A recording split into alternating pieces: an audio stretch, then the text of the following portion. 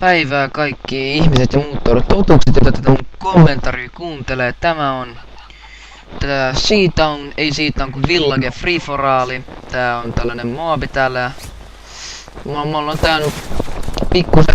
Mä muistan, mä sain tän kun mulla oli friendi yötä, niin mä olin hyvin ylpeä itse. Mutta toivon muuta tulee kunnon häkkättöä, kun tosko heittää rakinposit takaa oikein iloisesti. Niin... Mä sain tän silloin, niin mä olin tyytyväinen itteeni, että mä pystyn todistamaan kuinka proomaa pelaa, kun mulla on hirveä... No mä en taju miten mä en nähnyt tota jätkää äsken. Niin mä nyt ihmettelin, että mitä toi ampuu, että tästä löytyy. Se jätkä. Joo, tää on tällainen ihan perus free for all moobi.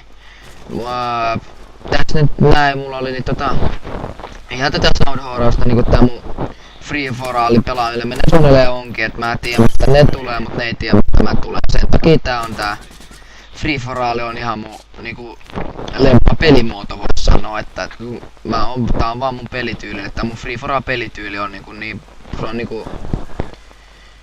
se on niinku, mä oon musta jotenkin tullut, kun mä rupesin pelaamaan Free for Allia vasta sen jälkeen, kun musta tuli oikeesti hyvä. Niin sen ansiosta niinku, mä oon vaan niinku parempi siinä kuin esimerkiksi Dominationissa, missä mun tyyli ihan perustuu siihen, että mä juoksen niitä vastustajia päin ja yritän tappaa kaikki. Missä mä nyt nykyään joskus, mutta ei nyt ihan joka kerta kuitenkaan. Mut tästä näin, niin tässä oli joku tällainen tyyppi, tällainen kunnon tällainen perus nobo, tällainen tyyppi kuin Siva Saks ja veti jollain typeysi femmalla ja ei edes saanut mitään aikaa. Tai sai se 15 killstreakin. Niin mä sain se sit tämän P7 ilman mitään haasteet kuitenkin. Tää on muuten aika pitkä muovi, tässä kesti aika kauan. Mä meinasin niinku, tää en voittanut selvästi vaikka mä sain niinku muovin. Tuossa on tää joku homo, joka boostaa kun se questin kanssa. Tosta mä ajattelin, että mä nyt boostaa niitä siinä vähän sen, mutta ei onnistunut. Eli tää nyt on aika noloa. Mä saanhan toi glitch, miten sä saat sun questin tohon Free for Allista. Mä en rupea ainakaan selittämään. Se on kun sä tiedät noi glitchit, niin kun mäkin oon suvannut muutama glitch, koska mä en nyt ite niinku tee, vaan mä niinku tiedän mistä kyse, kun joku tyyppi tekee niinku jossain ei underpass, mut ei se mikä helveti.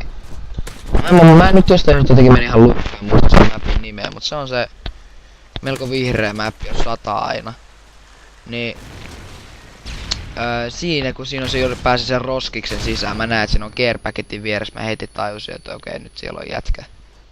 Et se niinku mä oon niinku siinä oppii tätä peliä samaa kuin tätä pelaa. Niinku toisaalta, että toi Siva Saks vetää jollain tyypeysi femmalla tuolla.